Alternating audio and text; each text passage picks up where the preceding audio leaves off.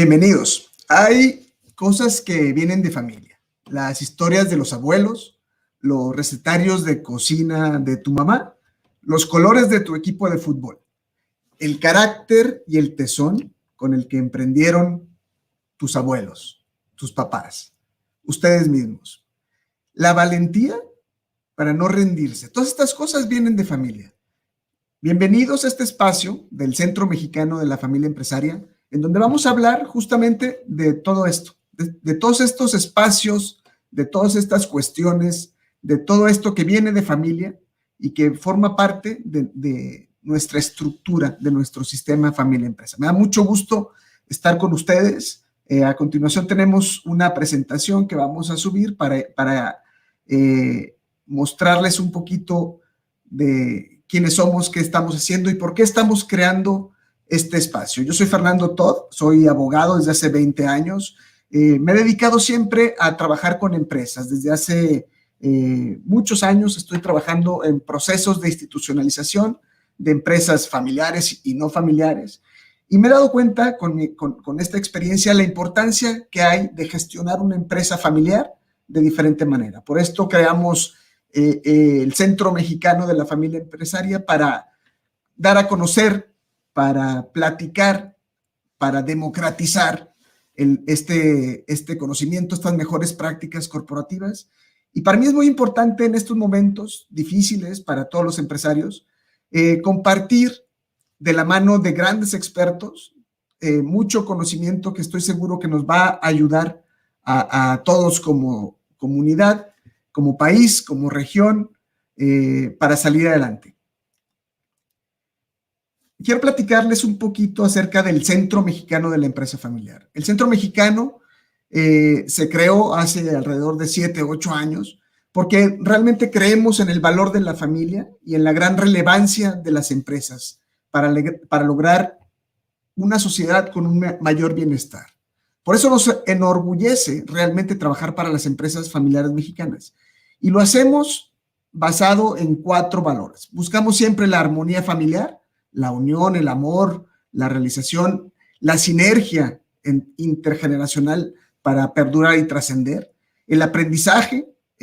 Nos gusta mucho generar y abrir oportunidades de dar a conocer las mejores prácticas, cómo gestionar tu empresa, cómo alcanzar tus objetivos, innovar. Para nosotros la innovación es un punto fundamental en estos tiempos y lo incluimos siempre dentro de nuestros valores. Y buscamos con todo esto lograr la trascendencia de las empresas familiares, lograr un impacto positivo, dejar un legado valioso y dejar una huella en el transcurso de nuestra vida.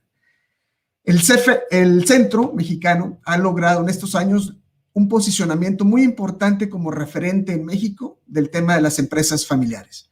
Hemos logrado un impacto positivo dentro de nuestro país, teniendo la primer marca de certificación avalada por el Instituto Mexicano de la Propiedad Industrial, que valida a las empresas familiares que se gestionan sobre bases de gobierno corporativo. Además, durante estos años hemos creado una red de aliados internacionales y nacionales, especialistas en diferentes áreas de las empresas familiares, en las que quiero incluir 3 muy importantes. Primero, somos parte de Familias Empresarias Iberoamericanas, una red que abarca todo Iberoamérica, todos los países de Iberoamérica están representados. Además, Estados Unidos, Canadá e Italia como invitados especiales, y esto nos permite generar, compartir y trascender las experiencias de nuestras empresas en todo nuestro ámbito territorial. Y esto nos llena de orgullo. Además, tenemos convenios de colaboración con Familias Empresarias de Chile y el Consejo de Empresas Familiares de Colombia, lo cual pues, nos da un impulso muy grande a todo el trabajo que estamos haciendo, compartiendo las mejores prácticas internacionales. Y realmente este es un tema por el cual nos interesa difundir nuestro trabajo en las empresas familiares mexicanas. Los invitamos a compartir nuestras redes, nuestros videos, para que lleguemos a más y más empresas familiares en todo el país. Primero, quiero empezar esta serie de pláticas definiendo qué es una empresa familiar. Y pareciera chistoso, pareciera que todo mundo entendemos que es una empresa familiar, pero déjenme les platico que hace algunos años, varios años ya, que empezábamos a platicar del tema de la empresa familiar en nuestro país. Organizábamos charlas, pláticas, conferencias, seminarios y de la mano de diferentes cámaras empresariales.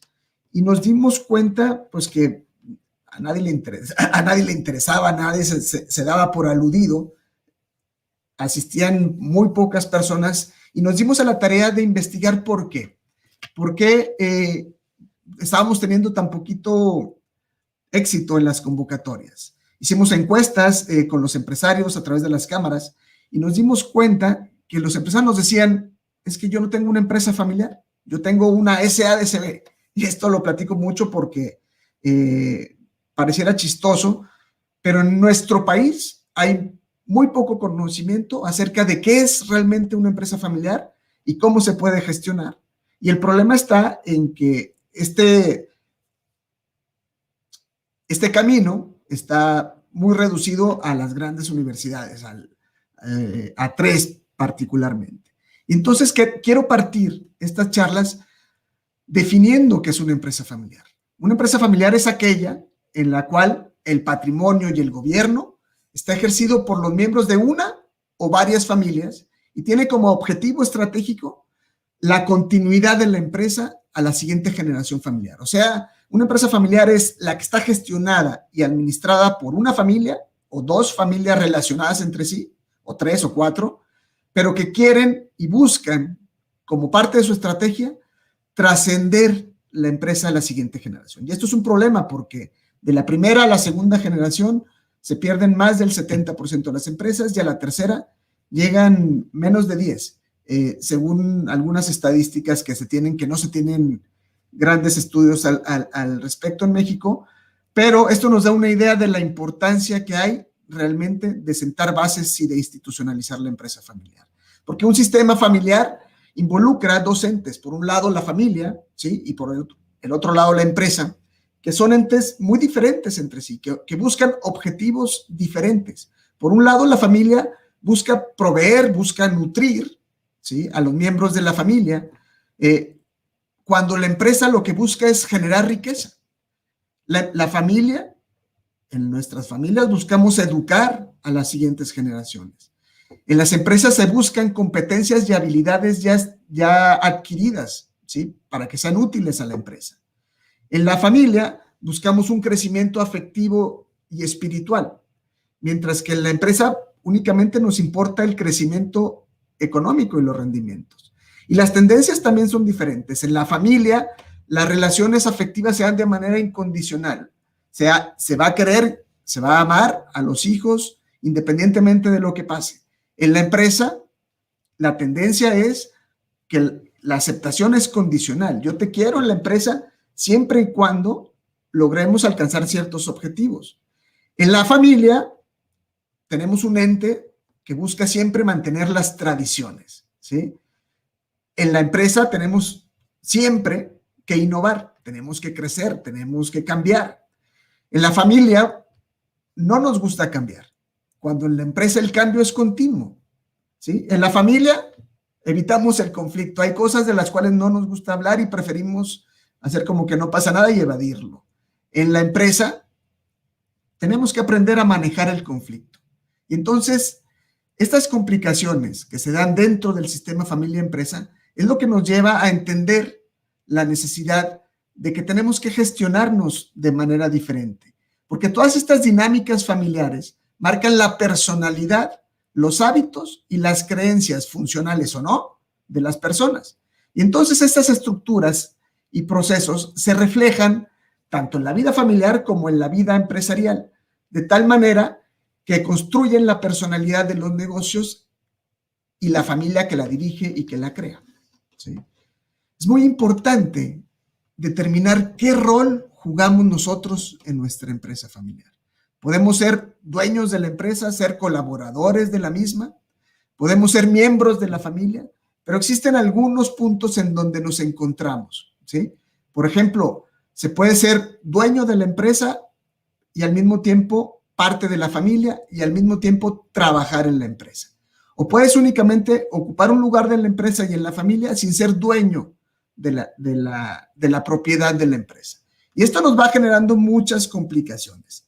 Y muchas complicaciones en el sentido de que hay temas que son sumamente claros, como cuándo tengo derecho a recibir utilidades o dividendos de la empresa y cuándo tengo derecho a recibir sueldos. Y entonces, mientras no tengamos claro qué rol jugamos dentro de la empresa familiar, existen muchos problemas que van a estar latentes y creciendo dentro de nuestro sistema y tenemos que empezar a desarticularlos desde el origen. Y entonces podemos encontrar que dependiendo en qué punto te encuentras tú dentro del sistema familiar, vas a tener ciertos derechos u otros, ¿sí? Y tener esta claridad nos quita y nos evita muchísimos conflictos posteriores. Y esto lo logramos separando de manera clara las tres esferas que veíamos ahorita, separando los temas que son de la familia para la familia, los temas que sean de la empresa para la empresa, y empezarlos a regir conforme una estructura previamente creada, ¿sí? Que se da ya sea por ley o por acuerdo de la familia.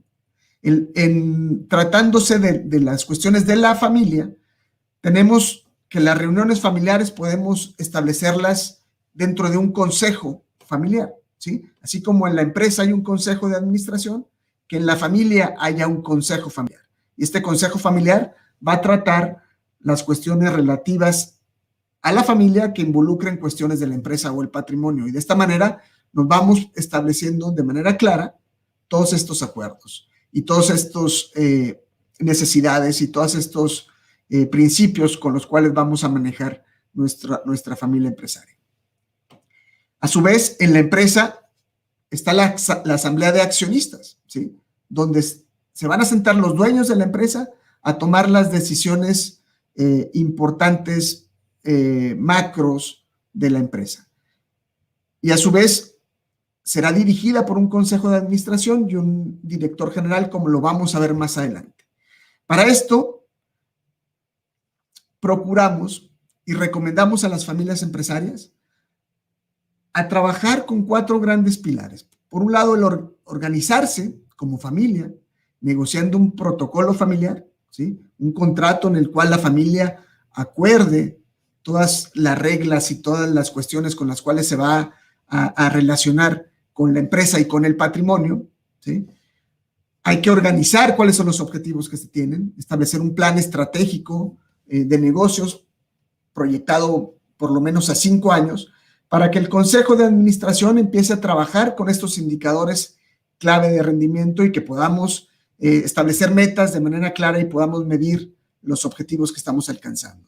También tenemos que aprender a delegar con un fortalecimiento organizacional dentro de nuestras empresas para que cada uno de los puestos de trabajo tenga su perfil y tenga los objetivos que van a ir alineados de manera clara con el plan estratégico y con el protocolo familiar. Y al mismo tiempo recomendamos la supervisión, y esta se da a través del gobierno corporativo. El gobierno corporativo, que pareciera que es algo muy complicado, muy distante, muy lejano al empresario latinoamericano, porque creemos y tenemos la mala concepción de que el gobierno corporativo es única y exclusivamente para las grandes empresas. Es un poquito lo que nos platicaban en la encuesta que les decía al inicio. Yo no tengo una empresa familiar, yo tengo una SA. Bueno, pues las sociedades tienen que regirse, sin importar el tamaño que éstas tengan, a través de un gobierno corporativo. Estas son las mejores prácticas corporativas. Y es que por ley, una empresa concentra el poder y la autoridad en 3 órganos de gobierno fundamentales, independientes y complementarios. La asamblea de accionistas, que como vamos a ver más adelante, es donde se sientan los dueños a tomar decisiones. El consejo de administración, que representa los intereses de los dueños, y la dirección general, que ejecuta todos los acuerdos que se tomen tanto en el consejo como en la asamblea, ¿sí? Y a diferencia de una empresa de socios no familiar, La empresa familiar debe de concentrar el poder y la autoridad en 4 órganos de gobierno. Es decir, incluimos el Consejo de Familia como parte de los órganos que van a estar decidiendo, porque la voz de la familia, los intereses de los familiares deben de estar representados en la toma de decisiones completa de la empresa. Y entonces el Consejo Familiar, ¿sí?, se va a comunicar con la Asamblea de Accionistas para que lo que se acuerde se vaya vaciando tanto al Consejo como a la dirección. Y entonces la familia podrá conocer y gestionar de manera adecuada todo el sistema, ¿sí?, desde los temas familiares, patrimoniales y empresariales, a través de una clara estructura en este sentido. La Asamblea de Accionistas, como les decía, tiene funciones específicas. Son los dueños, son quienes invirtieron el dinero o quienes recibieron las acciones por herencia o por donación o por necesidad, porque la ley en México nos obliga a tener 2 accionistas como mínimo. Entonces, la Asamblea de Accionistas representa el capital de la sociedad. ¿Y cuáles son sus funciones? Proponer y aceptar la política general y económica, regular las relaciones entre los socios y vigilar la expansión y limitación del negocio, en inversiones, en fusiones, en alianza, en escisiones, en aumentos o disminuciones de capital, en el cambio de domicilio, ¿sí? Y también reparte los dividendos después del ejercicio anual, ¿sí? Se encarga de hacer que las cosas funcionen, se encargan de supervisarlo. Para esto también, uno de los puntos más importantes, la Asamblea General de Accionistas se tiene que reunir por ley por lo menos una vez al año, que va a ser ahora en abril. En abril se reúnen los dueños, revisan los números del ejercicio, ¿sí?, lo aprueban o lo desaprueban y nombran o tienen la facultad de nombrar o ratificar a un consejo de administración o a un administrador único. Nosotros, para efectos de una empresa familiar, recomendamos siempre que se establezca una gestión a través de un consejo de administración, porque el consejo es la primera piedra donde tenemos que empezar a construir un gobierno corporativo. El consejo representa a los accionistas. Dependiendo del porcentaje de acciones que tengas, vas a poder asentar a uno o más consejeros para que te represente, para que represente tus intereses en la empresa. Y el consejo, su primer chamba será solicitar o trabajar en un plan estratégico, ¿sí?, un plan estratégico de negocios. De esta manera vamos a poder establecer de manera clara cuáles son los objetivos de la empresa, ¿sí? Y el Consejo de Administración va a aprobar este plan estratégico y le va a estar dando seguimiento a los indicadores para saber que estamos cumpliendo nuestras metas en tiempo y forma. Y de esta manera vamos guiando la dirección de la empresa y de esta manera desbloqueamos un problema muy común en la empresa familiar, que es que únicamente el fundador conoce cómo se debe de gestionar la empresa y es quien tiene la agenda con los proveedores, con los clientes y es el hombre orquesta.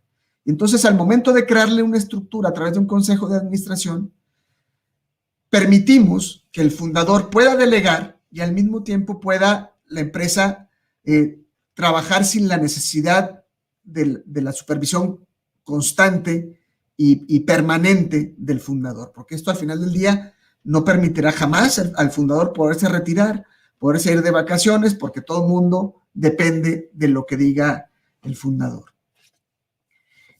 ¿Qué ventajas tiene el contar con un consejo de administración? Bueno, por un lado, se mantiene la armonía entre la familia a pesar de las tensiones empresariales, porque las decisiones las toma un consejo en consenso, ¿sí?, que estamos previendo y esperamos que sea lo más profesional posible, ¿sí?, y es lo que se busca, que esté integrado por las mejores personas que puedan aportar en el consejo, que puedan dirigir, que puedan tomar decisiones consensuadas.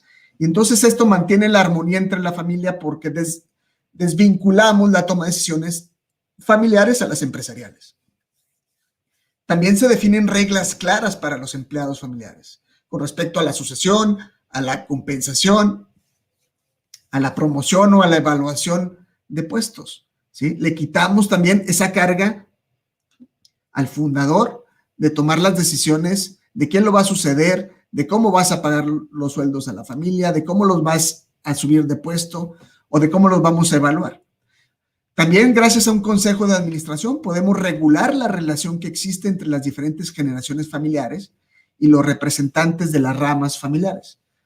También compartimos la responsabilidad en la estrategia y la vigilancia de la empresa, que es muy importante para efectos de desarticular posibles problemas en un futuro, a través de la vigilancia de la empresa, en tener claridad y transparencia en cuanto a los números.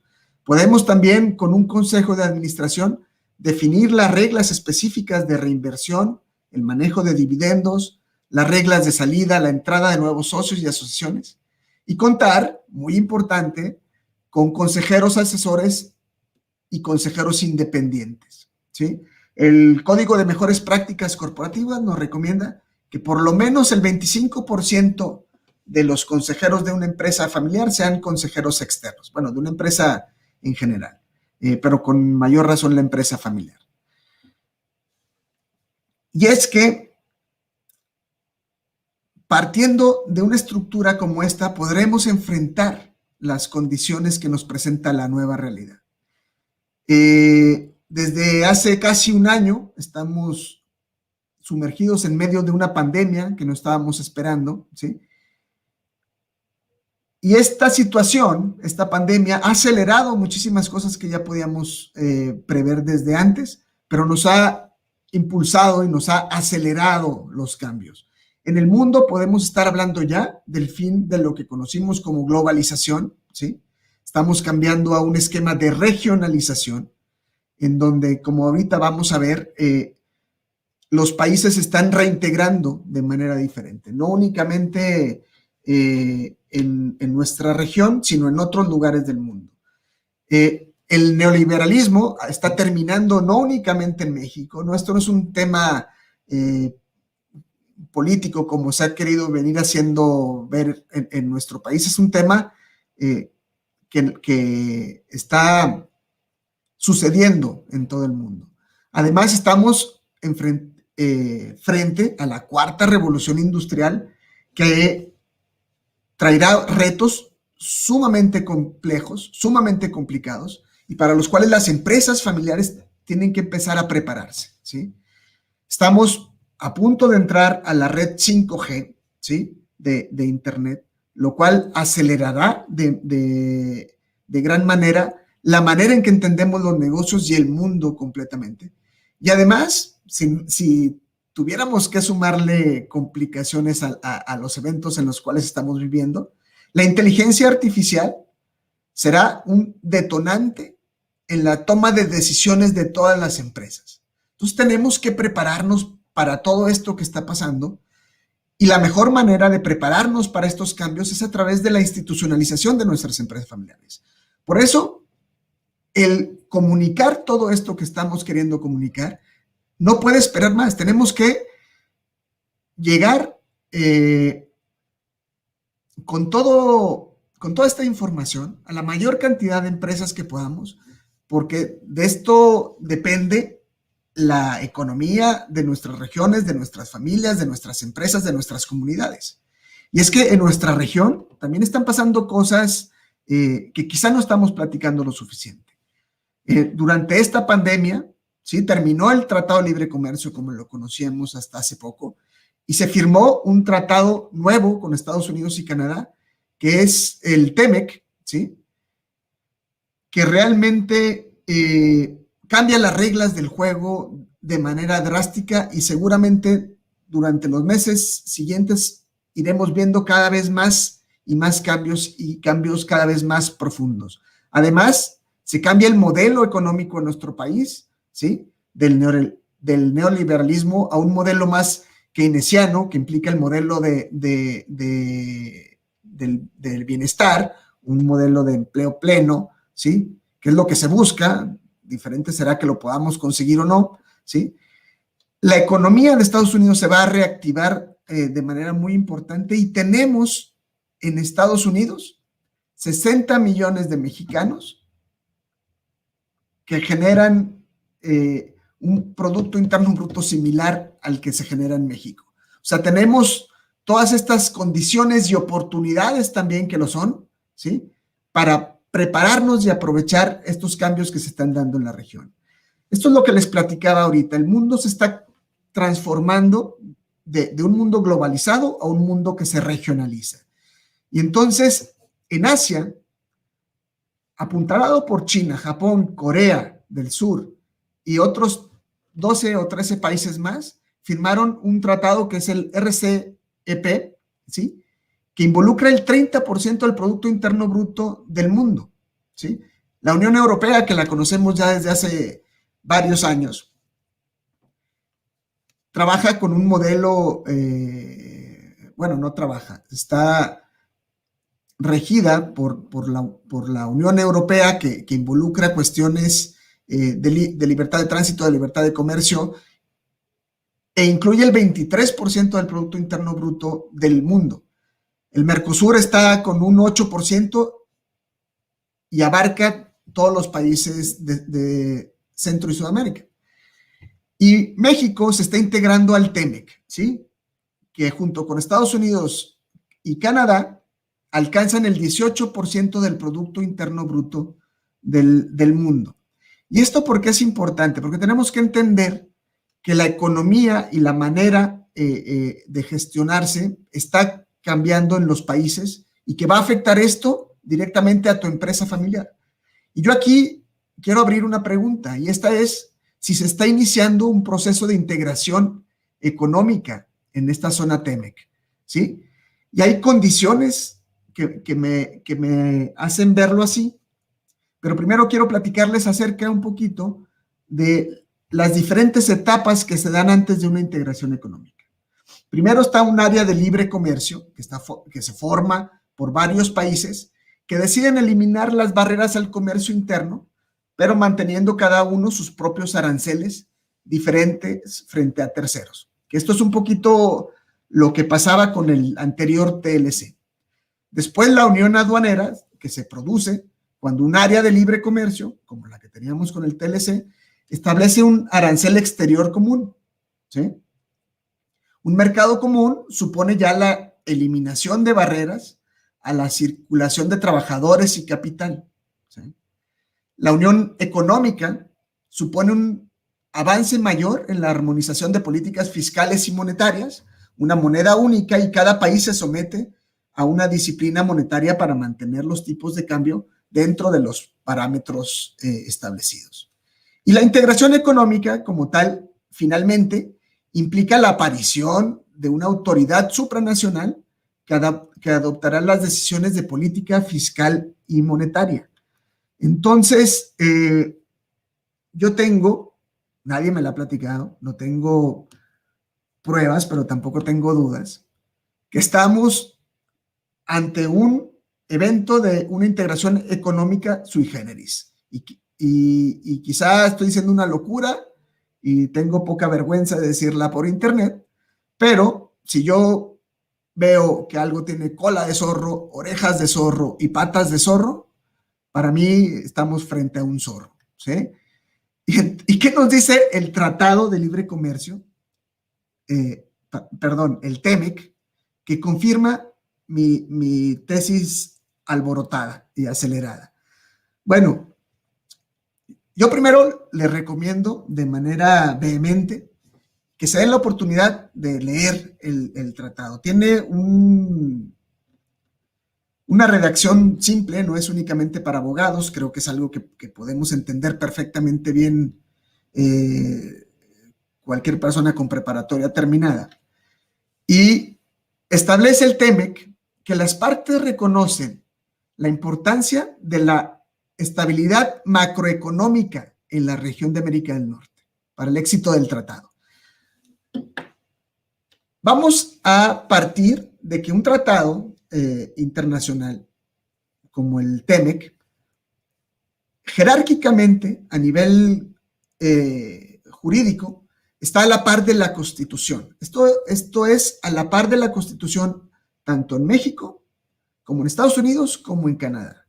Entonces, esto que se establece son leyes ya a nivel constitucional de nuestros países. Está aprobado por el Senado, por las cámaras, ya es ley. Y que las partes reconozcan la importancia de la estabilidad macroeconómica para el éxito y los fundamentos económicos fuertes, te hablan mucho de hacia dónde vamos. Además, durante estos meses de la firma del TEMEC para acá, la legislación mexicana se ha armonizado, ¿sí? Particularmente en temas laborales, que era una de las principales exigencias de Estados Unidos para poder firmar este nuevo tratado, ¿sí? El que no haya competencia desleal a través de tener malas prácticas con los trabajadores, los obreros mexicanos. Se ha armonizado también la legislación de propiedad intelectual, por ejemplo. Se han promulgado leyes nuevas como la ley de infraestructura que regula y que cuida los estándares con los cuales vamos a producir cualquier tipo de producto en México. Además, se establecen obligaciones específicas con respecto a buenas prácticas regulatorias, incluidas las prácticas relacionadas con la planificación, diseño, emisión, implementación y revisión de regulaciones en las partes. Y además hay un tema de logística muy importante. Nos dice la firma consultora PricewaterhouseCoopers que para las empresas estadounidenses movilizar a México la producción que actualmente tienen en China, ¿sí?, significaría un ahorro del 23% en los costos de suministro si se toman en cuenta variables como costo de destino, tiempos de entrega o factor de riesgo. Y creo que esta pandemia nos ha enseñado que más vale estar comunicados de manera cercana con todos nuestros clientes y proveedores, ¿sí? Pero quiero ir todavía más allá, ¿sí? Porque este tratado, México, Estados Unidos y Canadá, nos abre un apartado específico que beneficia a las pymes. Y cuando yo leo pymes, leo empresas familiares, ¿sí? Entonces, hay un capítulo, el 25, que nos habla específicamente de la importancia de crear una red internacional para compartir mejores prácticas, de la importancia de fortalecer la colaboración entre los países para promover a las pymes pertenecientes a sectores subrepresentados como mujeres, minorías, pueblos indígenas, así como las startups y las pymes de tipo agrícola o rural, ¿sí? Apoyarlos para subirlos al comercio internacional. Además, incrementa la cooperación de las otras partes para intercambiar información de mejores prácticas que incluyan mejorar el acceso de las pymes, empresas familiares, al capital y al crédito, ¿sí? Y ayudarlas a adaptarse a las condiciones cambiantes del mercado. Y en el mismo tratado, a nivel constitucional, se acordó fomentar la ayuda a las pymes para vincularse con proveedores, compradores y otros socios potenciales internacionales. O sea, ¿esto qué quiere decir? Que los tres países ven la necesidad de apoyar a las pymes, ¿sí? Y quiero que pensemos en las mexicanas, porque si vamos a competir con las empresas norteamericanas y canadienses, claramente estamos en desventaja, ¿sí? Por cuestiones de tecnología, por cuestiones de acceso, por cuestiones de lo que ustedes quieran. Pero esta legislación nos ayuda a impulsarla y a decir, señores, todo el mundo acordamos, ¿sí?, que nos iban a apoyar.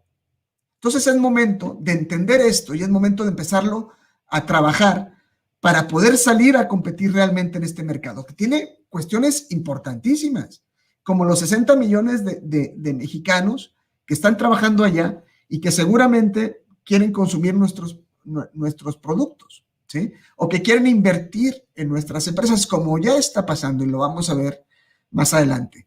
Pero además del capítulo 25, que refiere exclusivamente a las pymes, se habla de un capítulo de competitividad en el tratado. Y en este capítulo se afirma el interés de fortalecer el crecimiento económico regional, la prosperidad y la competitividad de la región, México, Estados Unidos y Canadá, y que con el fin de promover una mayor integración económica, tal cual dice el documento, y mejorar la competitividad de las exportaciones de América del Norte, las partes establecen un comité de competitividad, ¿sí?, que va a estar representado por los 3 países. Esto es bien importante porque de ahí depende que realmente el sector privado mexicano pueda estar representado en este comité y que se puedan tomar las decisiones adecuadas para impulsar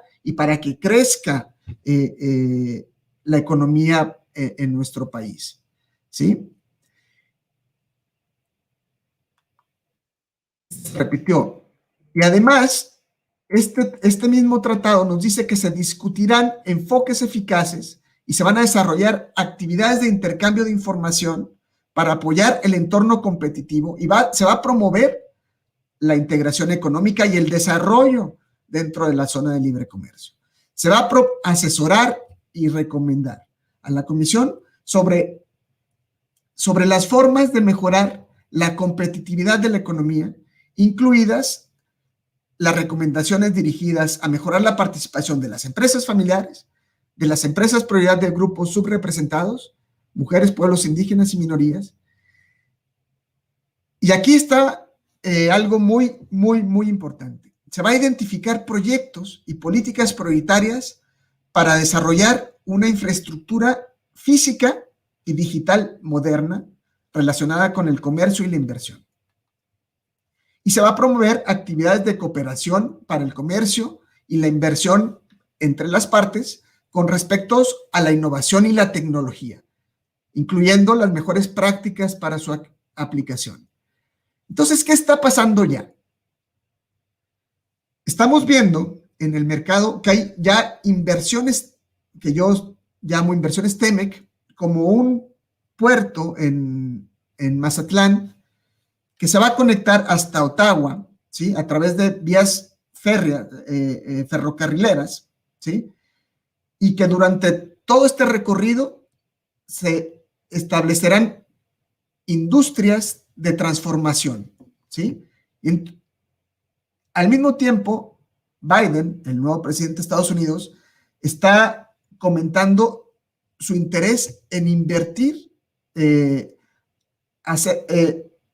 acerca de instalaciones eléctricas desde México hasta Colombia, ¿sí? Porque México constituye un puente latinoamericano, porque podemos invitar a nuestros amigos latinoamericanos a invertir en México y desde sus sociedades mexicanas alcanzar todos estos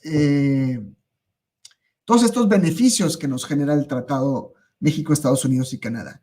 Pero es bien importante que entendamos en México que tenemos que trabajar bajo un esquema de compliance, porque así como las empresas norteamericanas van a competir con nosotros, con nuestras empresas mexicanas se tienen que comprometer a trabajar conforme las reglas de cumplimiento que se tienen en las empresas norteamericanas, porque tenemos que evitar a toda costa que haya un tema de competencia desleal. Entonces, exige y exigirá un trabajo muy importante para todas las empresas mexicanas que quieran integrarse en las cadenas de valor de las transnacionales, ¿sí?, norteamericanas o canadienses, o que quieran convertirse en empresas transnacionales invirtiendo en Estados Unidos o en Canadá. Entonces, son reglas que tenemos que estar atendiendo y que ya se están aprovechando. Y aquí quiero comentar algunos puntos de cómo lo están aprovechando ya los early adopters. Familias mexicanas están incursionando ya en negocios tanto en Estados Unidos como en Canadá, porque no tenemos ninguna limitante para establecernos en ninguno de estos países. O sea, existe, digamos, una libertad de tránsito y una libertad de comercio, porque lo podemos hacer legalmente sin ningún problema. También hay muchos latinoamericanos que están invirtiendo, ¿sí?, los dólares que ganan trabajando allá en empresas familiares mexicanas. Esto también lo estamos viendo y esto nos ayuda a detonar puentes familiares, porque incluso se pueden crear sucursales con familias que ya estamos viviendo de los dos lados del río Bravo. Y esto nos da una ventaja competitiva muy importante porque somos empresas que ya estamos internacionalizadas. La cultura del sur de Estados Unidos está muy asimilada ya a la cultura mexicana. Las empresas norteamericanas también están contratando cerebros en México. Yo hace poco me tocó trabajar con una familia, una empresa familiar norteamericana que vino a México a contratar ingenieros, abrió su empresa en México, contrata ingenieros, desarrollan software y lo venden del otro lado de la frontera.